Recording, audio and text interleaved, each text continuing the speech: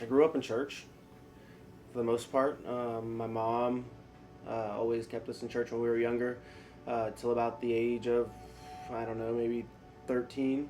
By that time, we had moved to California, and I was becoming a teenager. So, as most people can relate, I thought like a teenager and acted like a teenager, and essentially turned away from God. Really, a lot of it was ignorance. I saw people, human beings, in church who weren't the picture of Christ that I thought they should be. All I saw and all I heard was hypocrite. That's essentially what drove me away from the church. My mom worked two jobs. She wasn't she wasn't around very much. She's always a great mom, but she did what she could to provide for us. Me and my brother kind of took our own our own path. I ended up in gangs and drugs and doing dumb stuff.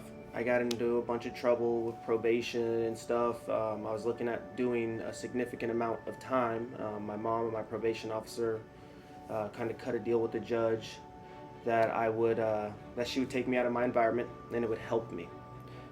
Obviously, it did.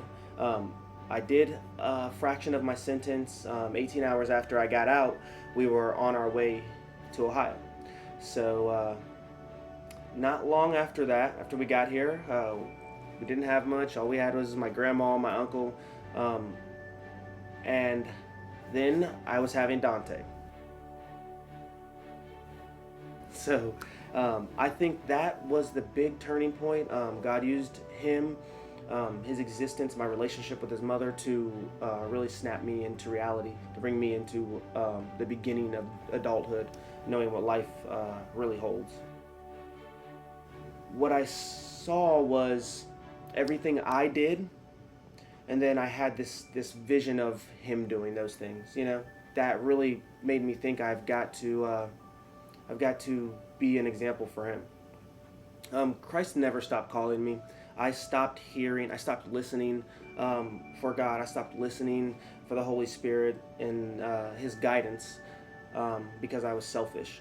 But at this point in life, um, I didn't have a choice.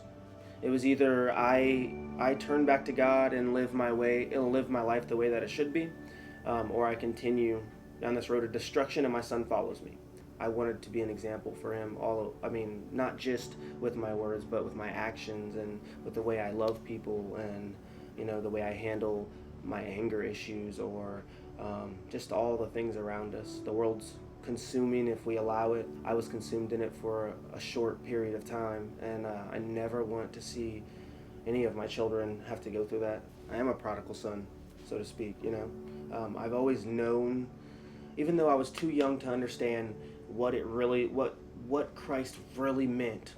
I knew what it was all about. I knew that God loved me and would provide for me and wanted the best for me. I knew that Christ died for me. I knew all of these things, but because of my own selfish desires, my own selfish thought process, I turned away from God and went about my own path.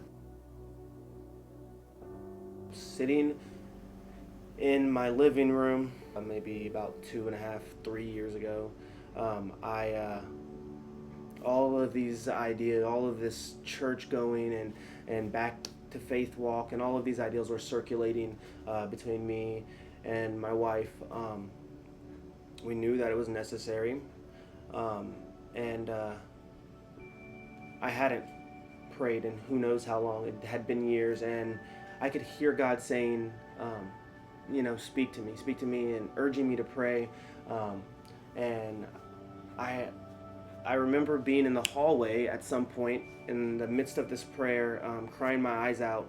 I felt, I knew all of these, I knew I had committed all of these negative sins. I knew that I had lived in them, and and that I allowed them to control me. And as I started to pray and break down, um, I just felt God loving me. Maybe not necessarily that everything was gone and that this was a brand new life from this moment on, but I could feel God loving me, saying, telling me in so many words, I want, I want the best for you. I love you, no matter what. And I knew that it was going to be a path. It was going to be a journey. But I knew that at that point that I was going to seek God, and that's what He wanted for me.